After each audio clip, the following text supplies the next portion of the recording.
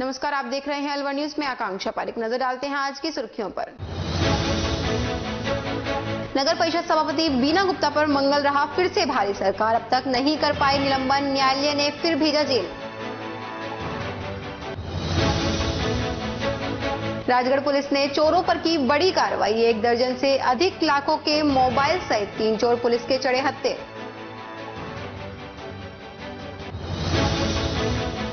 दुर्रू मियां के audio viral बातचीत को लेकर सब समाज में आक्रोश। हिंदू संगठनों ने कहा, सामाजिक सौहार्द बिगाड़ने वालों के खिलाफ हो कार्रवाई। 10 दिसंबर से पंच कल्याण प्रतिष्ठा महोत्सव की होगी शुरुआत। करोड़ों की पांडाल में जैन मुनि के श्रीमुख से भक्ति रस की बहेगी गंगा।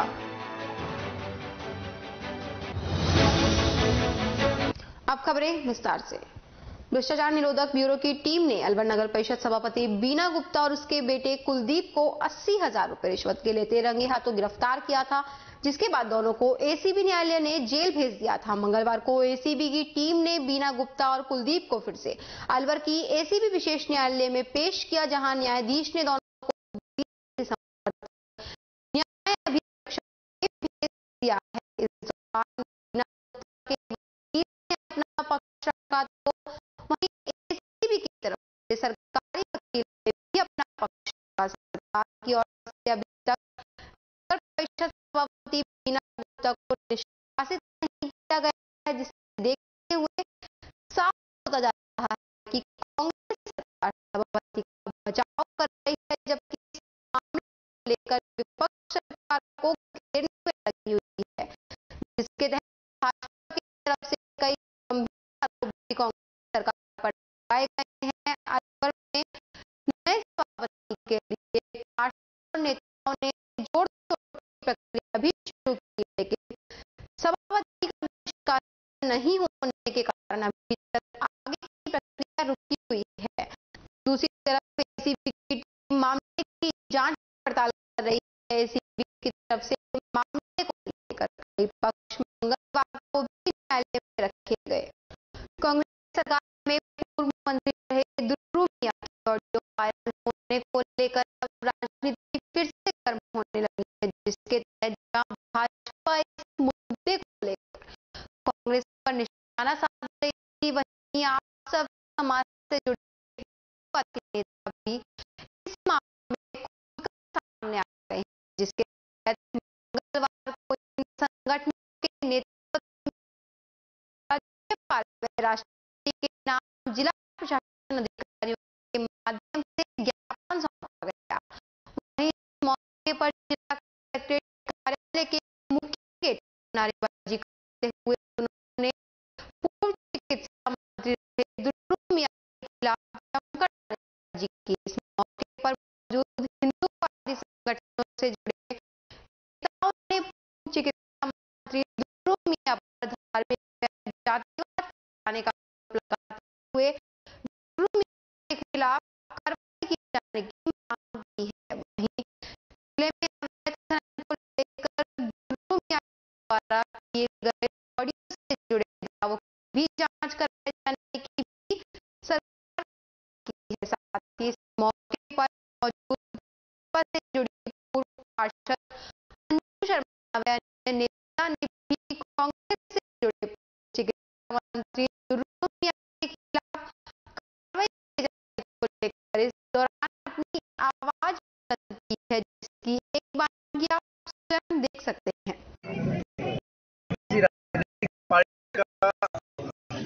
बारे में बात न करते हुए बात ये करूंगा कि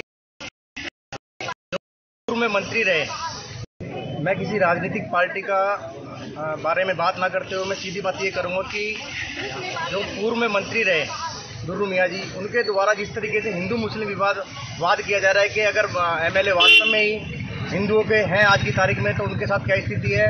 किसी टाइम में जब वो मंत्री थे उस समय वो उनका खुद का कहना ये है कि हम लोगों ने मुसलमानों ने पुलिस वालों को सरेआम मारा है।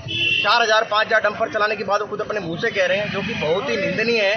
और इस तरीके का हिंदू मुसलमान करा के वो क्या जाहिर करना चाह रहे हैं ये ऊपर वाले जाने। इसका सर्व समाज आज पुरजोर तरीके से विरोध करता है। माननीय राज्यपाल को राष्ट्रपति के नाम आज ज्ञापन दिया जा रहा है। जय श्री राम।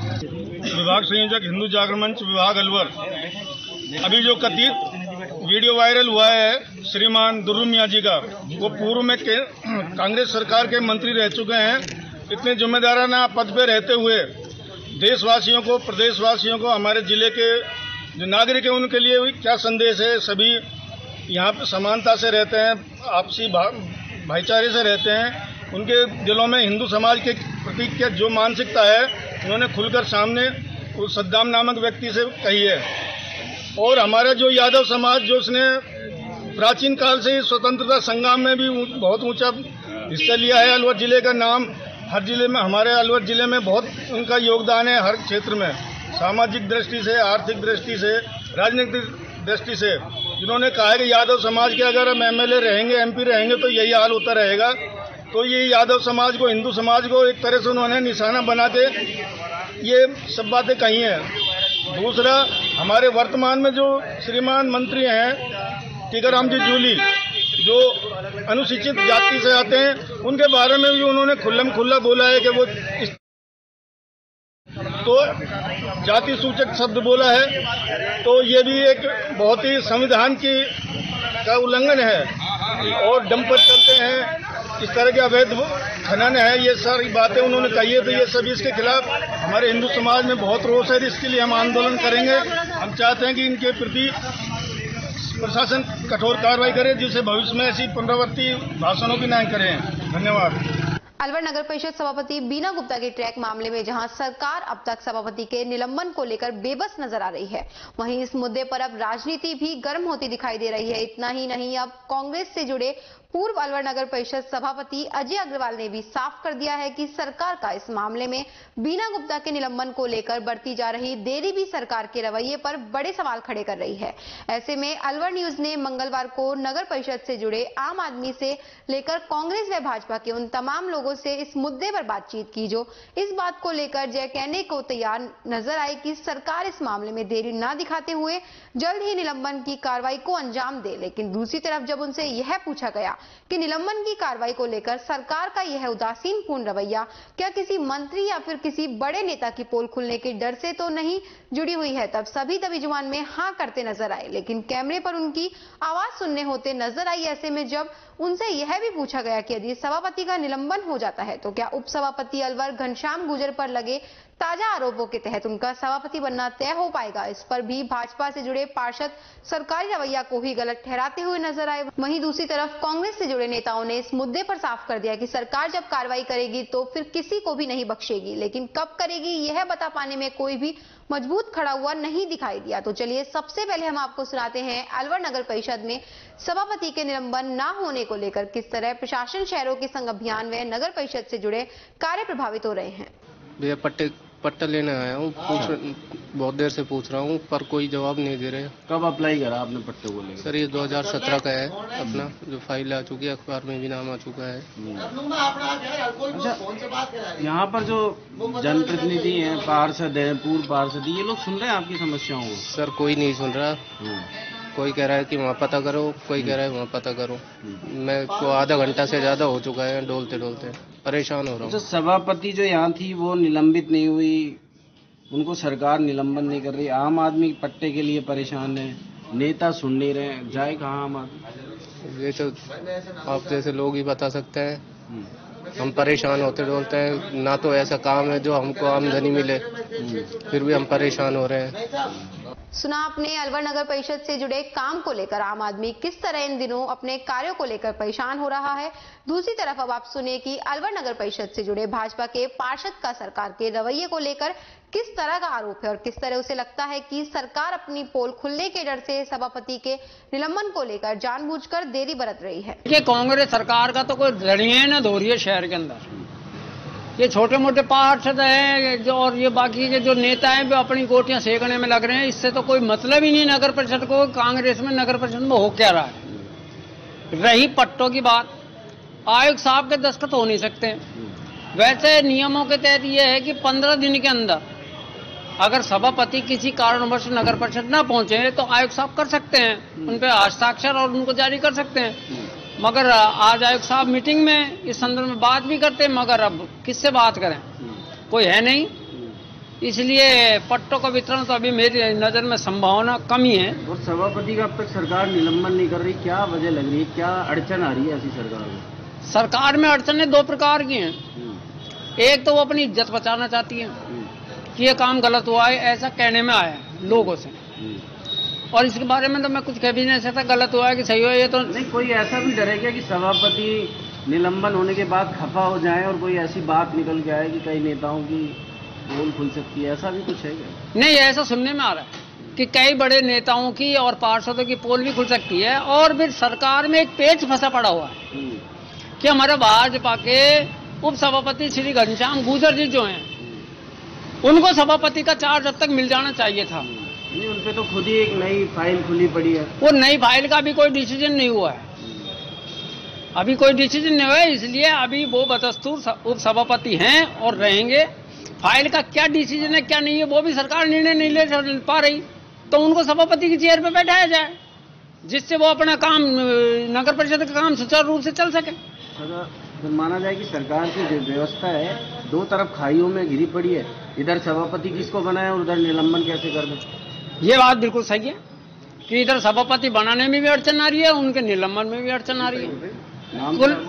कुल मिला के राजस्थान सरकार और नगर परिषद प्रशासन के बीच में ऐसी धारा फंसी हुई है एक, जिससे राजस्थान सरकार खुद परेशानी में है कि अगले नगर परिषद को कैसे सभापति दिया जाए। इतना सब सुनने और जानने के बाद आप भी समझ गए होंगे कि मौजूदा नगर परिषद में इन दिनों किस बात को लेकर सबसे ज्यादा चर्चा है। साथ ही सरकार के सभापति को लेकर निलंबन पर बढ़ती जा रही कार्यशैली भी कई तरह के सवालों के घेरे में है। ऐसे में अलवर नगर परिषद सभापति रहे अजय अग्रवाल ने भी साफ कर दिया है कि सरकार को इस मामले में जल्द से जल्द कार्रवाई करनी चाहिए। वहीं भाजपा से जुड़े उप सभापति घनश्याम गुर्जर के मामले में भी यदि कहीं तथ्यों में कोई सच्चाई है तो उस पर भी सख्त एक्शन लिया जाना चाहिए, जिससे नगर परिषद में हो रही देरी अंदाजी से आम आदमी को तकलीफ ना हो। साथ ही अलवर यूआईटी में भी जिस तरह पट्टे को लेकर कार्य उदासीनता बढ़ती जा रही है, उस पर भी जिला प्रशासन व सरकार को जल्द कार्रवाई करने की जरूरत है। निश्चित रूप से मैं आपके माध्यम से कह देना चाहता हूं कि किसी भी तरह से इस तरह के केसों में तुरंत प्रभाव से निलंबन की कार्रवाई राज्य सरकार को अब तक कर देनी चाहिए थी। मैं खुद अचंभित हूं कि राजस्थान के मुखिया अशोक जी गहलोत जो जीरो टॉलरेंस में विश्वास करते हैं, और उनका नारा भी है कि भाई भ्रष्टाचार के खिलाफ जीरो टॉलरेंस बर्दाश्त की नीति चलेगी, और उसमें भी आज लगभग 13-14 दिन हो गए इस तरह से अलवर में हुआ है। तो निश्चित रूप से मैं समझता हूं इस तरह की धीमी जो कार्रवाई हो रही है वो अपेक्षित रूप से नहीं है, और आम जन को जो इसका भुगतना पड़ रहा है उसके बारे में भी एक विचारणीय विषय है। आज हमारा प्रशासन शहरों की ओर में पट्टों का अभियान है, सैकड़ों पट्टे पड़े हुए हैं। इस संदर्भ में भी अभी जब माननीय जो यहाँ के प्रभारी मंत्री जी आए थे उनके समक्ष भी बात रखी गई। प्रभारी मंत्री जी को भी पता नहीं है कि किस कारण से सभापति जी गई, और इन सब की जानकारी देनी चाहिए।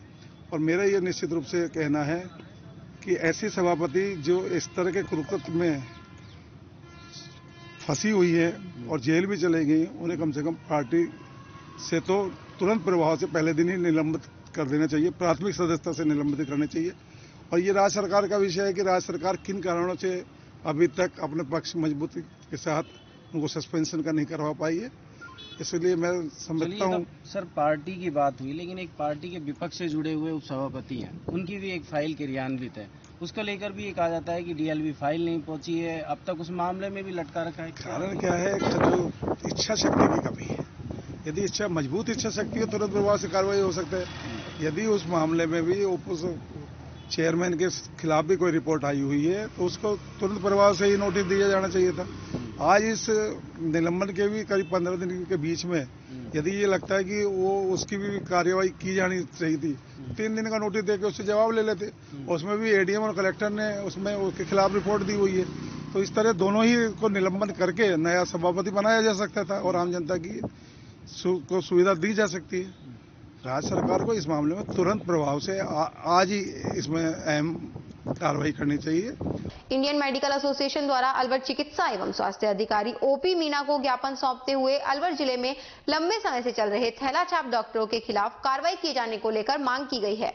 इस मांग के दौरान चिकित्सा के क्षेत्र में नीम हकीम थैला छाप डॉक्टरों पर जल्द से जल्द लगाम लगाए जाने की बात कही गई है। वहीं उपचार के नाम पर इस तरह के फर्जी चिकित्सकों द्वारा दिए जा रहे उपचार के माध्यम से मरीजों को होने वाली परेशानियों से भी अवगत कराए गए हैं, जिसकी जानकारी देते हुए अलवर चिकित्सा एवं स्वास्थ्य अधिकारी ओपी मीणा ने बताया कि इस ज्ञापन के बाद जिले से जुड़े समस्त डिप्टी सीएमएचओ व मेडिकल अधिकारियों को दिशा निर्देशित करते हुए उनके कार्य क्षेत्र में इस तरह के नीम हकीम गए थैला डॉक्टर के खिलाफ कार्रवाई किए जाने के निर्देश दिए गए हैं।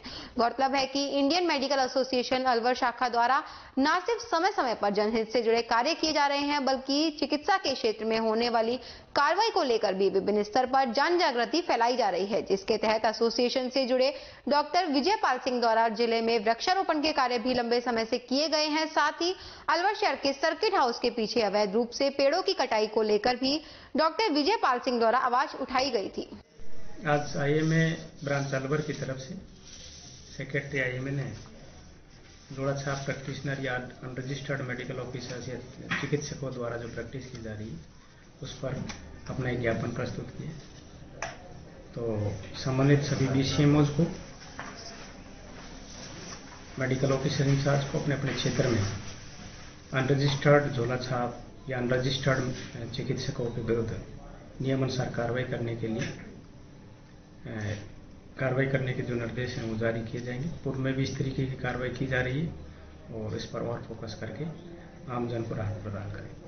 ऑनलाइन शिक्षा के माध्यम से शिक्षा के अधिकार के तहत निजी स्कूलों द्वारा जहां सरकार की योजनाओं को लेकर कोरोना काल के दौरान विद्यार्थियों को लाभान्वित किया गया था, वहीं इस कार्य के तहत सरकार द्वारा दिए जाने वाले स्कूल को लेकर अब राज्य सरकार के बीकानेर शिक्षा विभाग से जुड़े कार्यालय अधिकारियों द्वारा इस बात का सत्यापन का कार्य कराया जा रहा है। इसकी जानकारी देते हुए इससे जुड़े शिक्षा विभाग के अधिकारियों का कहना है कि सत्यापन के बाद जिन निजी शिक्षण संस्थानों द्वारा ऑनलाइन शिक्षा विद्यार्थियों को उपलब्ध कराई गई है, उसके तहत उनको नियमानुसार उपलब्ध करा दिया जाएगा।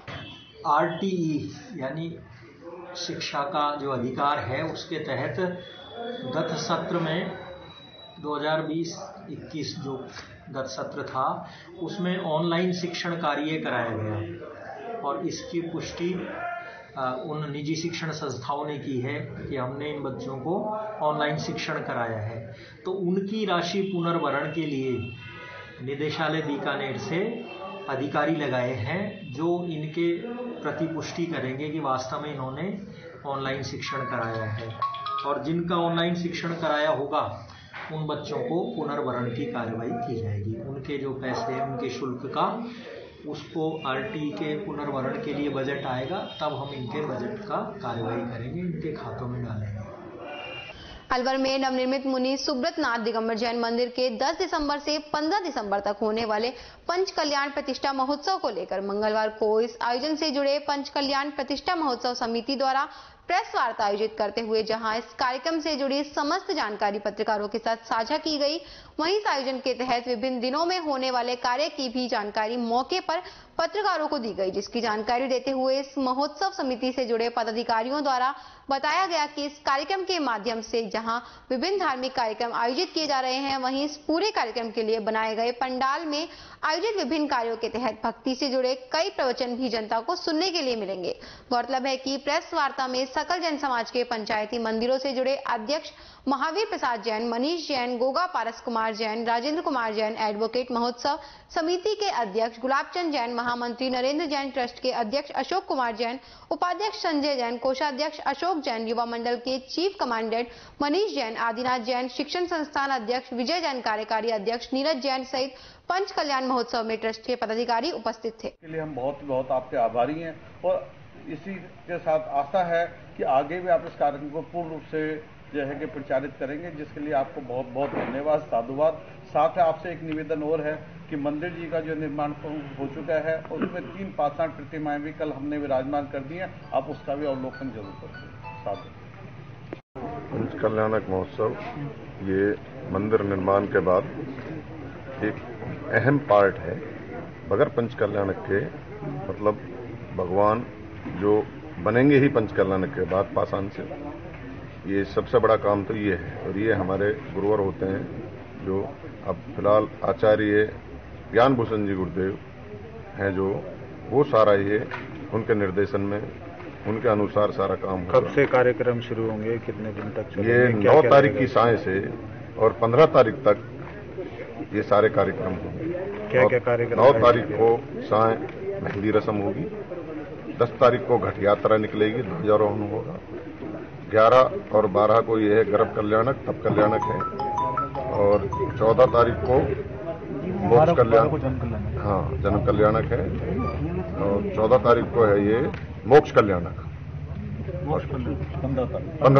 15 तारीख को मोक्ष कल्याणक है। और ये बीच में जो 1-2 दिन है, इनमें सारा ये तपस्याएं, मंत्र वगैरह ये चलते रहेंगे। राजकीय महाविद्यालय तिजारा में राष्ट्रीय सेवा योजना के तत्वाधान में 1 दिवसीय शिविर का आयोजन किया गया, जिसमें एनएसएस इकाई के 100 स्वयंसेवकों ने भाग लिया। एनएसएस कार्यक्रम अधिकारी प्रोफेसर रामजीत यादव ने बताया कि स्वयंसेवकों ने महाविद्यालय के प्रांगण एवं सामने परिसर की साफ सफाई कर झाड़ियों और खरपतवार को साफ किया। 1 दिवसीय शिविर में आयोजित स्वच्छता अभियान में संकाय सदस्य प्रोफेसर सुभाष शास्त्री, प्रोफेसर श्यामनाथ मिश्र, प्रोफेसर हरिशंकर गुप्ता एवं दिनेश भूटानी, सुनील नरूका और हेतराम मीणा सहित स्टाफ सदस्य उपस्थित रहा।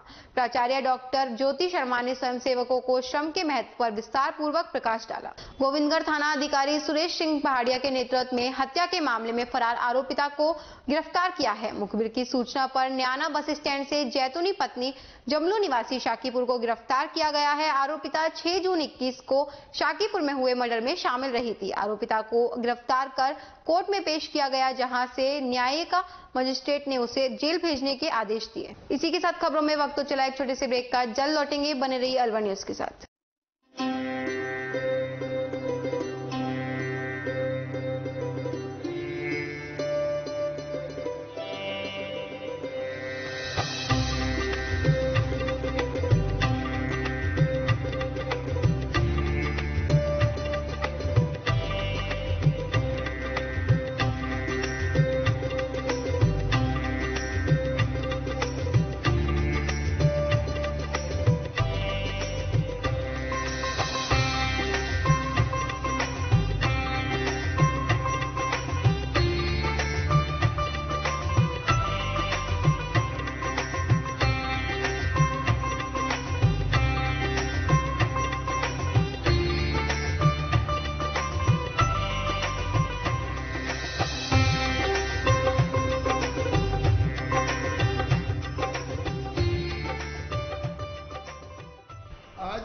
शालीमार में बाबा ठाकुरदास एंड सन्स की कलाकंद की शॉप का ओपनिंग हुआ।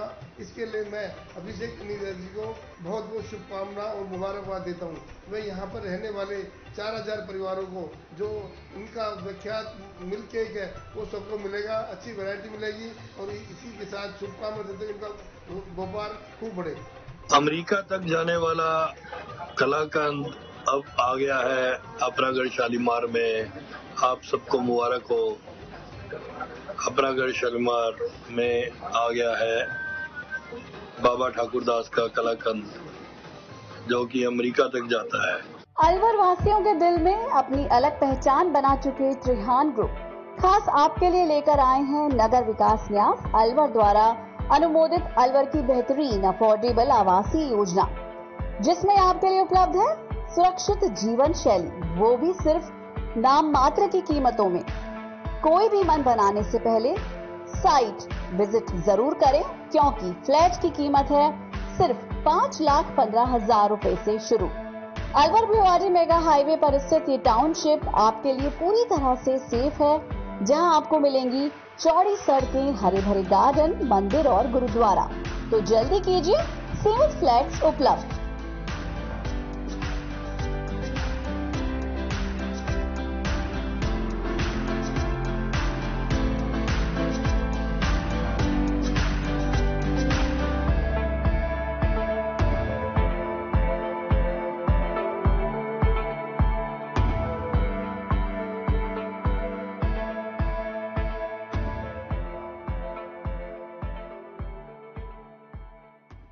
तेज दिमाग, पैनी नजर और निर्णय लेने की क्षमता आपको बनाती है देश का स्वर्णिम भविष्य।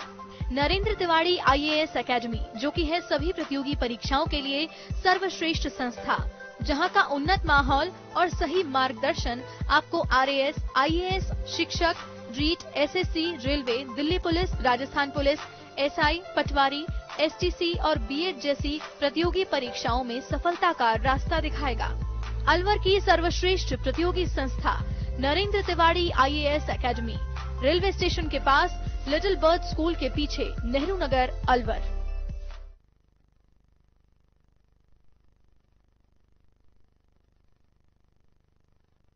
ब्रेक के बाद आपका फिर से स्वागत है। बढ़ते हैं अगली खबर की ओर। कोटकासिम उपखंड के हरसौली कस्बे में मुंडावर से बीबी रानी रोड पर पड़ने वाले रेलवे फाटक में कोई खराबी होने के कारण फाटक बंद तो हो गया मगर खुल नहीं पाया। ऐसे में रेलवे कर्मचारियों ने फाटक में आई खराबी को सही किया, जिसमें काफी समय लग गया। फाटक सही होने के बाद यातायात बहाल हो गया। मंगलवार दोपहर के बाद रेवाड़ी की तरफ से एक रेलगाड़ी अलवर की तरफ निकली। इस दौरान फाटक बंद कर दिया गया, लेकिन रेलगाड़ी के निकल जाने के बाद भी काफी देर तक फाटक नहीं खुला और फाटक का सायरन लगातार बजता रहा। ऐसे में रेलवे कर्मियों ने आकर फाटक को रिपेयर किया, तब जाकर यातायात सुचारू ढंग से चालू हो पाया। इस दौरान फाटक के दोनों तरफ वाहनों की लंबी कतार लग गई, जिसमें कई गाड़ियों और छोटी कारों में बैठे यात्री परेशान नजर आए। राजगढ़ थाना पुलिस जिला विशेष टीम में साइक्लोन सेल ने कार्रवाई करते हुए नकबजनी सहित कस्बे के मेला चौराहे पर हुई चोरियों के आरोपियों को गिरफ्तार किया है। पुलिस के अनुसार चोर 21 नवंबर को मेला का चौराहा पर मुस्कान मोबाइल एंड ट्रेंड्स की शटर तोड़कर 37 एंड्रॉयड मोबाइल फोन सहित 8-10 कीपैड मोबाइल फोन व CCTV कैमरा एसेसरीज चुरा कर ले गए थे। 21 नवंबर की रात्रि ही जितेंद्र सैनी की दुकान रिया जूस सेंटर से चोरी की रिपोर्ट व आधार मार्केट में चोरी की रिपोर्ट नवदीप शर्मा ने पेश की थी। पुलिस व जिला स्पेशल टीम का गठन किया गया। गठित टीम ने आरोपियों के मोबाइल नंबरों की तकनीकी रूप से जानकारी प्राप्त कर अपराधियों को ट्रेस किया। 5 दिसंबर को आरोपियों को ट्रेस करने पर तरोडर भरतपुर निवासी वेद प्रकाश जाटव, सीकरी भरतपुर निवासी अशोक उर्फ कंप्यूटर व डालचंद को गिरफ्तार किया गया। पुलिस आरोपियों से दुकानों की शटर तोड़ने में प्रयुक्त लोहे के औजार, लोहे के सरिये व उक्त चोरी में गए माल में से वेद प्रकाश से इत्तला पर कुल 10 एंड्रॉयड मोबाइल डाटा केबल व DVR बरामद किया। अशोक की इत्तला से 12 एंड्रॉयड मोबाइल व 3 मोबाइल डाटा केबल लीड को बरामद किया। तीसरे आरोपी डालचंद की इत्तला से 10 एंड्रॉयड मोबाइल सहित डाटा केबल लीड को बरामद किया। पुलिस ने बताया कि आरोपियों ने विभिन्न थाना तहत नकबजनी व चोरियों की वारदात करना कबूला है। खैरतल कस्बे में भारी वाहनों के फिर से प्रवेश करने से बाजार में फिर से जाम के हालात होने लगे हैं। दीपावली के आसपास व्यापारियों ने उपखंड अधिकारी किशनगढ़ बास व DSP किशनगढ़ बास को भारी वाहनों को रोककर बाजारों से रोककर बाईपास से निकालने के लिए ज्ञापन दिया था, जिस पर कुछ दिनों तक भारी वाहनों का प्रवेश बाजार में बंद कर दिया था, जिससे कुछ समय के लिए बाजार में स्थिति सुधर गई थी। लेकिन कुछ समय से फिर से वाहनों का आवागमन बाजार से शुरू हो गया है, जिसके चलते दिन भर जाम व बाजार में दुर्घटनाओं का भय बना रहता है। कस्बे वासियों ने पुलिस एवं प्रशासन से भारी वाहनों को बाजार में प्रवेश न देकर बाईपास होकर निकालने की मांग की है। खैरतल कस्बे के पुरानी अनाज मंडी में स्थित श्री श्याम मंदिर में 5 दिसंबर से श्रीमद् भागवत कथा का वाचन किया जा रहा है। मंगलवार को कथा के तहत कथा वाचन कर रहे श्री धाम वृंदावन से आए गौरव कृष्ण भारद्वाज ने कहा कि श्रीमद् भागवत कथा को सुनने मात्र से तन एवं मन के सभी विकार मिट जाते हैं। इसीलिए मनुष्य को अपने जीवन में बहुमूल्य समय में से समय निकालकर कथा का श्रवण अवश्य करना चाहिए। मंगलवार को संगीत में श्रीमद् भागवत कथा श्रवण करने आए श्रद्धालुगण बीच बीच में भक्ति में संगीत पर नाचते गाते नजर आए। राजगढ़ पंचायत समिति क्षेत्र के ग्राम काली पहाड़ी में अतिक्रमण हटाकर रास्ते को चौड़ा किया गया है। इस अवसर पर सरपंच यादराम, तहसीलदार बाबूलाल सहित अन्य अधिकारी कर्मचारी मौजूद थे। तिजारा क्षेत्र के बाबा रामदयाल की पावनधरा ग्राम माजरा महेनिया में रोटरी क्लब भिवाड़ी की तरफ से आगामी 19 दिसंबर रविवार को रक्तदान शिविर का आयोजन सरकारी विद्यालय में प्रातः 9 बजे से दोपहर 3 बजे तक लगाया जाएगा। लगाए जा रहे रक्तदान शिविर को सफल बनाने के लिए 12 दिसंबर रविवार को रोटरी क्लब भिवाड़ी एवं ग्राम वासियों की साझा मीटिंग का आयोजन किया गया है। रोटरी क्लब भिवाड़ी की महासचिव वीना यादव ने बताया कि कोरोना महामारी के दौरान ब्लड बैंकों में रक्त की कमी चल रही है। आए दिन नई नई बीमारियों का प्रकोप चल रहा है। कई अन्य बीमारियों से ग्रसित मरीजों को समय पर रक्त नहीं मिल पाता है, जिससे बहुत से लोग अपनों को खो देते हैं। इसीलिए सभी को सजग होकर एक दूसरे का सहारा बनना है। सभी का प्रयास सिर्फ रक्तदान करना ही नहीं बल्कि ज्यादा से ज्यादा लोगों को इस सराहनीय कार्य के लिए जागरूक करना भी है, जिससे किसी भी समय जरूरत पड़ने पर सभी जनसेवा के लिए तैयार रहें।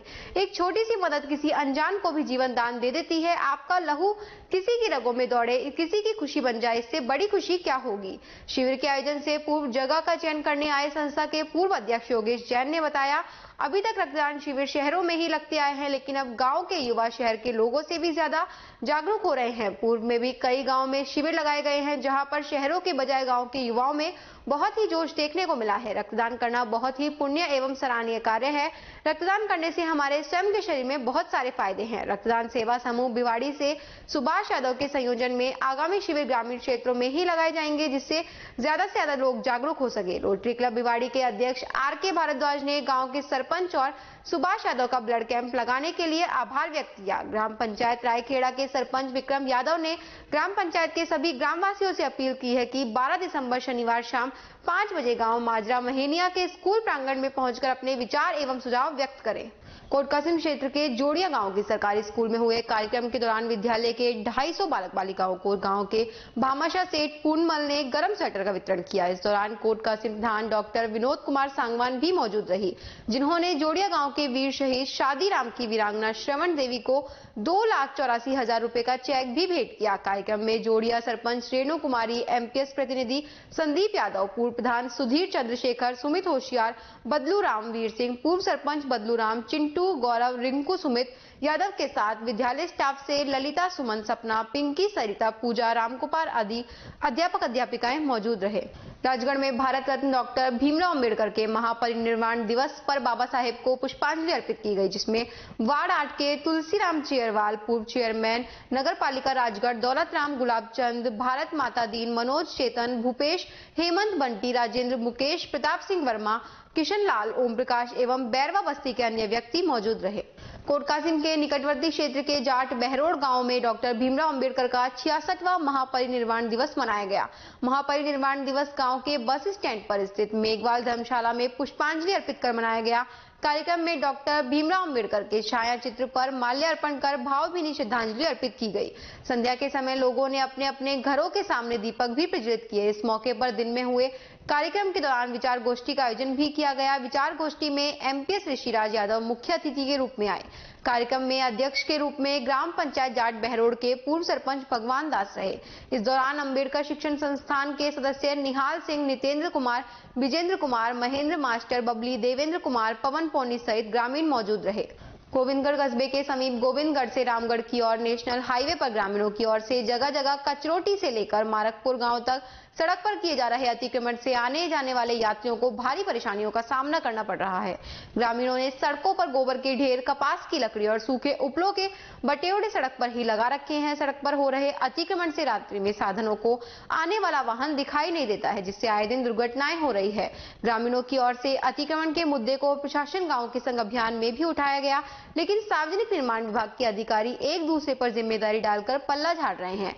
ऐसे में कैंप के अधिकारी भी बेबस नजर आ रहे हैं और समस्या जस की तस बनी हुई है। आमजन को ई-मित्र प्लस से विभिन्न सरकारी नौकरियों के फॉर्म भरने एवं दस्तावेजों की नकल निकलवाने, नल, बिजली, मोबाइल के बिल जमा कराने की सुविधा का लाभ मिलेगा। इसके अलावा जन आधार कार्ड के प्रिंट निकलवाने से संबंधित लोगों को लाभ मिलेगा। पंचायत समिति रामगढ़ में कार्यरत IT विभाग के सूचना सहायक अंकुश शर्मा ने बताया कि नगर पालिका कार्यालय भवन पर ई-मित्र मशीन लगाई गई है, जिसका नगर पालिका में आने वाले आमजन को लाभ मिलेगा। ई-मित्र मशीन के माध्यम से जन्म मृत्यु प्रमाण पत्र के प्रिंट, जनाधार के प्रिंट निकालने सहित नल, मोबाइल, बिजली के बिल जमा कराए जा सकते हैं। नगर पालिका क्षेत्र अपने रामगढ़ में ई-मित्र प्लस मशीन का स्थापन किया गया है। इस मशीन के द्वारा आमजन अपने जो भी बिल हैं वो भर सकते हैं। अपने जितने प्रमाण पत्र हैं, जैसे जन्म मृत्यु का प्रमाण पत्र, मूल निवास, इन सभी के प्रिंट ले सकते हैं। अपने पानी के बिल भर सकते हैं। किसी का मोबाइल में रिचार्ज करना है वो कर सकते हैं। जन सूचना पोर्टल पे किसी भी तरीके की अपनी जानकारी लेना चाहते हैं। इस तरह की कई सारी सर्विसेज हैं जिनकी जानकारी आमजन स्वयं इस मशीन के द्वारा ले सकते हैं। आधार कार्ड, इसमें आधार कार्ड प्रिंटिंग का भी ऑप्शन है, वो भी प्रिंट ले सकते हैं जन आधार का। और भी इसमें कई सारी सर्विसेज हैं। जन सूचना पोर्टल पे वो अपनी सारी तरह की जानकारी ले सकते हैं, राशन की जानकारी ले सकते हैं। इसी के साथ खबरों में वक्त हो चला एक छोटे से ब्रेक का। जल्द लौटेंगे, बने रहिए अलवर न्यूज के साथ। आपके शहर में छाई खुशियां हैं अपार, सखी दूध भंडार आया आपके द्वार।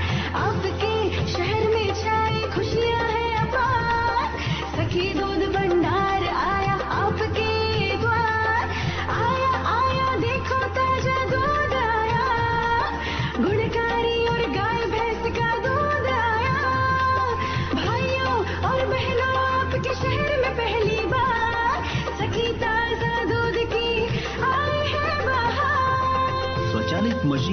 हो रही है रोज दूध की सप्लाई। आओ हम सब दूध खरीदें, इसमें कैसी कठिनाई। हर स्तर पर होती गुणवत्ता की जांच, ताकि आपके स्वास्थ्य पर नहीं आए कोई आंच। आया आया देखो ताजा दूध आया, गुणकारी और गाय भैंस का दूध आया। भाइयों और बहनों आपके शहर में पहली बार सखी ताजा दूध की आई है बहार। ऑनलाइन भुगतान की भी है सुविधा, एडवांस बुकिंग में भी जरा नहीं है दुविधा। आपकी सेवा लक्ष्य हमारा, हर घर दूध पहुंचाएं, ये उद्देश्य हमारा। आया आया देखो ताजा दूध आया, गुणकारी और गाय भैंस का दूध आया। आओ हम शहरी महिलाएं कदम उठाएं, ग्रामीण महिलाओं को सशक्त बनाएं।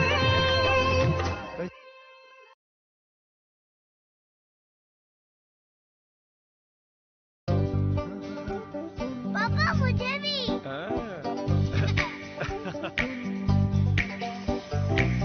तू भी यही कहता था ना, पापा मुझे भी।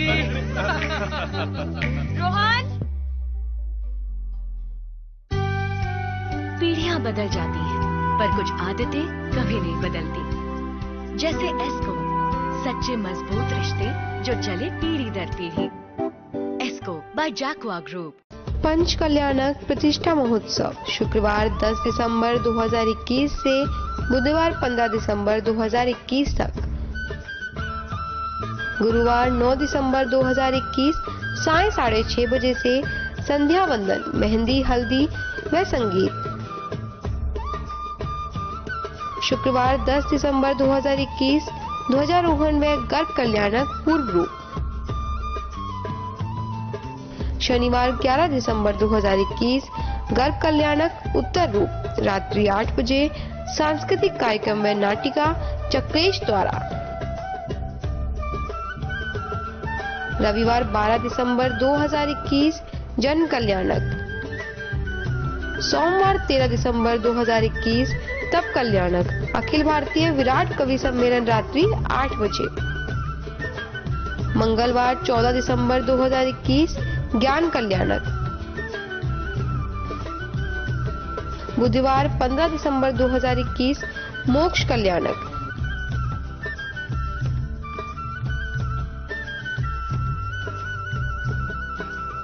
आयोजक श्री मुनि सुव्रत वात्सल्य ट्रस्ट, परिवहन नगर, सूर्य नगर, अलवर।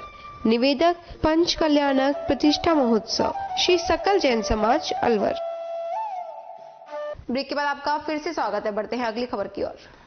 कोट कासिम क्षेत्र के हरसौली गांव के रहने वाले भारतीय सेना के जवान भूपेंद्र टोकस का सैनिक सम्मान के साथ अंतिम संस्कार किया गया, जिसमें क्षेत्र के लोगों ने भारी संख्या में पहुंचकर भावभीनी विदाई दी। हरसौली के रहने वाले भूपेंद्र टोकस आर्मी में कार्यरत थे। सैनिक भूपेंद्र टोकस हाल ही में लुधियाना से ट्रेनिंग के लिए मुंबई गया था, जहां वह अज्ञात कारणों के चलते पिछले लगभग 10 दिनों से लापता था, जिसकी डेड बॉडी 6 दिसंबर को मुंबई के एक क्षेत्र में मिली, जिसके बाद परिजन हवाई रास्ते के जरिए मुंबई पहुंचे और शव को लेकर सैनिक के पैतृक गांव हरसौली पहुंचे। जैसे ही हरसौली में आर्मी सैनिक भूपेंद्र टोकस का शव पहुंचने की सूचना मिली, चारों तरफ शोक की लहर छा गई। गाजे बाजे के साथ बीबी रानी रोड से मुंडावर रोड, रेलवे फाटक, सरकारी स्कूल के सामने से होते हुए पोस्ट ऑफिस के पास से फाटक क्रॉस कर संतदास मंदिर के पास सैनिक का अंतिम संस्कार किया गया। सैनिक भूपेंद्र टोकस अपने पिता ओम प्रकाश टोकस, माता प्रेमवती, पत्नी मीना, 2 बेटी परिधि व पूजा सहित बड़े भाई राकेश के साथ अपने पीछे भरा पूरा परिवार छोड़कर गए हैं। इस दौरान सैनिक के साथ आए अधिकारी, पुलिस प्रशासन, हरसौली नायब तहसीलदार हरकिशन सैनी, किशनगढ़ बास विधायक दीपचंद खेरिया, अलवर जिला प्रमुख बलबीर छिल्लर, कोट कासिम प्रधान डॉक्टर विनोद कुमारी सांगवान सहित काफी संख्या में पंच, सरपंच व एमपीएस के साथ समाज सेवी लोग सहित भारी संख्या में जनसैलाब मौजूद रहा। मैं भूपेंद्र का बड़ा भाई हूँ।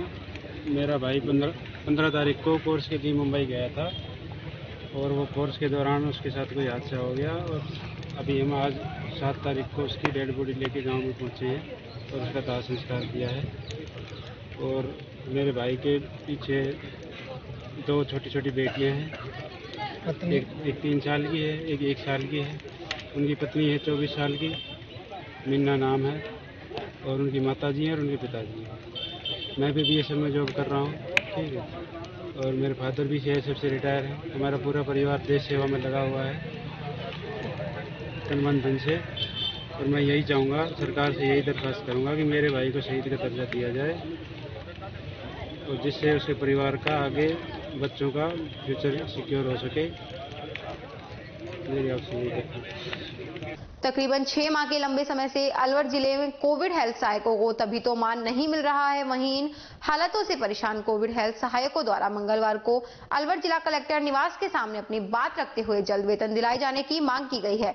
इस दौरान जहां बड़ी संख्या में कोविड हेल्थ सहायक मौजूद रहे, वहीं जिला कलेक्टर निवास पर उनकी मुलाकात अलवर जिला कलेक्टर नन्नूमल पहाड़िया से नहीं हो पाई, जिसके बाद जिला कलेक्टर ने अपने कार्यालय में मिलने की इनसे बात कही है। वहीं मौके पर मौजूद कोविड हेल्थ सहायकों ने बताया कि पिछले तकरीबन 6 माह से उन्हें वेतन नहीं दिया जा रहा है। ऐसे में संविदा कर्मी होने के नाते उनको अपना जीवन यापन करना कठिन होता जा रहा है। साथ ही दीपावली पर भी उन्हें बकाया वेतन नहीं दिया गया, जिसके चलते उनकी दीपावली भी पूर्ण रूप से काली बनी रही। वहीं लगातार जिला प्रशासन से लेकर जिला चिकित्सा एवं स्वास्थ्य विभाग के अधिकारियों द्वारा वेतन दिलाए जाने का आश्वासन तो दिया जा रहा है, लेकिन हर बार उनके आश्वासन फेल हो रहे हैं। ऐसे में रखना चाहते हैं। गौरतलब है कि विगत वर्षों के दौरान कोरोना काल में महामारी के चलते हो रही समस्याओं को देखते हुए सरकार द्वारा एक तय समय के लिए कोविड सहायकों की नियुक्ति संविदा के आधार पर की गई थी, जिसके समय अनुसार सरकार द्वारा लगातार बढ़ाया जा रहा है, लेकिन इस क्रम में मिलने वाला वेतन उन्हें शुरुआत से आज तक नहीं मिला है। ऐसे में कोविड सहायक बेरोजगारी से निजात पाने को लेकर इन पदों पर अपना कार्य तो कर रहे हैं, लेकिन वेतन न मिलने के चलते उनकी आर्थिक स्थिति बिल्कुल खराब हो चुकी है। ऐसे में जिला प्रशासन व अन्य माध्यमों से वे लगातार अपने वेतनमान को लेकर आवाज उठा रहे हैं। हम कलेक्टर साहब के यहाँ अर्जी लेके आए हैं, सभी कोविड हेल्थ सहायक हैं शहर अलवर के। हमें वेतन नहीं मिला है पिछले 5.5 महीने से। हमने सभी अधिकारियों के संज्ञान में ये बात डाल दी है। CMHO साहब के संज्ञान में भी ये बात है, नोडल अधिकारी जी के संज्ञान में भी ये बात है, कलेक्टर महोदय के पास भी इसकी जानकारी है। हमें अभी तक वेतन नहीं मिला है, मिला है तो सिर्फ आश्वासन मिला है। हमने माननीय मंत्री महोदय टीकाराम जूली जी को भी इस मैटर के बारे में अवगत कराया था, पर अभी तक हमारा कोई सोल्यूशन हुआ नहीं है। कितने कोविड हेल्थ सहायक हैं आपके कुल टोटल? 140 हैं शहर में। अच्छा, और कितना पेमेंट पेंडिंग है? 7,900 रुपये प्रति माह इनका वेतन था, तो पिछले 5.5 महीने से ये वेतन नहीं मिला है। हमने मैडम को पहले अवगत कराया था, आज से 1.5 महीना पहले ADM मैडम को, कि हमारी सैलरी नहीं मिली है, लेकिन मैडम ने हमको आश्वासन देकर तब भेज दिया था। CMHO सर से बात करने के बाद हम उनके पास अर्जी लेके गए थे कि हमको धरने के लिए परमिशन दे दी जाए, तो मैडम ने अनुमति दे दी थी। हमने उसको SP मैडम से अप्रूव करवा लिया था, उन्होंने भी हमको अनुमति दे दी थी। लेकिन कल हम जब उसको लेने के लिए गए तो हमको मना कर दिया गया। सैलरी के लिए बोला तो सैलरी के लिए भी अभी हमको आश्वासन ही मिला है कि आपकी सैलरी अभी 7 दिन के अंदर आ जाएगी, लेकिन हमारी सैलरी का कोई अता पता नहीं है। अधिकारी हमसे बोलते हैं कि आप काम करो, आपकी सैलरी आ जाएगी। हम अधिकारियों से बोलते हैं कि हम हमारा भरण पोषण कैसे करें। हम अधिकारी हमसे बोलते हैं कि आप काम करो, आपकी सैलरी आ जाएगी। हम अधिकारियों से बोलते हैं कि हम हमारा भरण पोषण कैसे करें। हमारी दीपावली भी सूखी चली गई है। हमने दीपावली से पहले भी अधिकारियों को अवगत कराया था इस चीज के लिए, लेकिन अभी तक हमारा कोई सोल्यूशन नहीं हुआ है। तो इसीलिए हम आज सबके सब कलेक्टर सर के पास आए हैं कि हमारा कोई ना कोई सोल्यूशन कराया जाए। कलेक्टर साहब मिले थे आपसे? अभी नहीं मिले, ये ऑफिस पे मिलने के लिए बोल रहे हैं, तो हम इनके ऑफिस पे, कार्यालय पे जाके इनसे बातचीत करेंगे और हमको इनसे पूर्ण विश्वास है कि हमको ये हमारा समाधान कराया जाए। और हमारे अधिकारियों जो नोटिस के लिए भी बोल रहे हैं कि आप हमको नोटिस दो, लेकिन हमने पहले ही हमारे जो MOIC सर हैं उनको हमने पहले अवगत करा दिया था। हम आज से करीबन 4-5 दिन पहले कार्य बहिष्कार के लिए PSC पर, हर PSC के बंदे जितने भी CH हैं वो 22 CH अपने PSC पे कार्य बहिष्कार करके बैठे हुए थे। कोटकासिम उपखंड क्षेत्र के हरसौली कस्बे में शनिवार रात एक ज्वेलर्स की दुकान में कुछ चोरों ने सेंध मारीकर लाखों रुपए के आभूषण व नकदी पर हाथ साफ कर लिया। हरसौली बस स्टैंड पर भूरीबाई आयुर्वेदिक अस्पताल के पास ज्वेलर्स की दुकान के मालिक अनिल सोनी ने बताया कि शनिवार शाम को वह दुकान पर ताला लगाकर अपने घर चला गया था। रविवार सुबह जब उसने दुकान पर आकर शटर खोली तो दुकान के अंदर का हाल देखकर हैरान रह गया। दुकान के अंदर का सभी सामान बिखरा हुआ था। जिस अलमारी में ज्वेलरी रखी थी उसका भी ताला टूटा हुआ था, साथ ही गोदरेज की अलमारी का लॉक भी टूटा हुआ था। ध्यान से देखा तो सीढ़ियों की तरफ वाली दीवार में ऊपर एक बड़ा छेद बना हुआ मिला, जहां से दीवार तोड़ी हुई मालूम हुई। देखने से मालूम हुआ कि शायद चोर इसी रास्ते से दुकान में घुसे हैं। ऊपरी मंजिल की दीवार में लगे रोशनदान को तोड़कर चोर नीचे आए और फिर मुख्य दुकान की दीवार को तोड़ा। चोर काफी चांदी व सोने के जेवरात सहित 10,000 की नकदी चोरी कर ले गए, जिसकी सूचना खैरतल पुलिस को मौके पर देने पर पुलिस ने मौके पर पहुंचकर स्थिति का जायजा लेकर सीसीटीवी फुटेज खंगाले। पुलिस अज्ञात चोरों की तलाश में जुट गई है। मंगलवार को किशनगढ़ बास विधायक दीपचंद खेरिया, जिला प्रमुख बलबीर छिल्लर, कोट कासिम प्रधान डॉक्टर विनोद कुमार सांगवान सहित पूर्व विधायक रामहेत यादव ने पीड़ित अनिल सोनी से मुलाकात की और भरोसा दिलाया कि इस मामले में जल्द ही सफलता मिल जाएगी। रोजाना की बात ही शाम को 7:30-8 बजे दुकान बढ़ा के घर चले जाते हैं। सुबह आके देखा शटर लॉक थी, दोनों खोल के देखा सामान अस्त व्यस्त पड़ा हुआ था। सामने अलमारी की तरफ ध्यान गया, अलमारी टूटी हुई पड़ी थी। अड़ोसी पड़ोसियों को बुलाया, देखा सबने। चौकी में जाके चौकी इंचार्ज को बुलाया, फिर ध्यान दिया, सामान संभाला। लगभग 10 से 12 किलो के आसपास चांदी का आइटम और 150, 160, 70 ग्राम के आसपास सोने का आइटम, जिसमें कान की, नाक की बालियां। मेरी दीवार तोड़कर तीसरी मंजिल से चढ़े हैं और ऊपर चढ़कर फिर वो जंगला तोड़ा है, रोशनदान। फिर वो नीचे आए हैं, नीचे आके दुकान में ये हॉल किया है, हॉल के अंदर से नीचे उतरे हैं, तब उन्होंने डकैती डाली है। ये चोरी ना होके डकैती है ये। तो प्रशासन को आपने सूचना दे दी, पुलिस में रिपोर्ट दर्ज करा दी, तो अभी पुलिस क्या कार्रवाई कर रही है? पुलिस प्रशासन से मैं संतुष्ट हूं। वो अपनी तरीके से बहुत जल्दी, मेरे को उम्मीद है, वो खुलासा करेंगे। जब मिला आज सीओ साहब खुद मेरे यहाँ शॉप पर आए थे, एसएचओ साहब थे, प्रधान थे हमारे यहाँ की मैडम विनोद कुमारी जी, जिला प्रमुख जी थे, आदरणीय रामहेत जी यादव, वो मेरे मित्र भी है, वो भी आए थे। सभी लोग आए थे। मेरे को अच्छा रिस्पॉन्स मिलेगा, मेरे को उम्मीद है। आज की ताजा खबरों में इतना ही। बने रहिए अलवर न्यूज के साथ।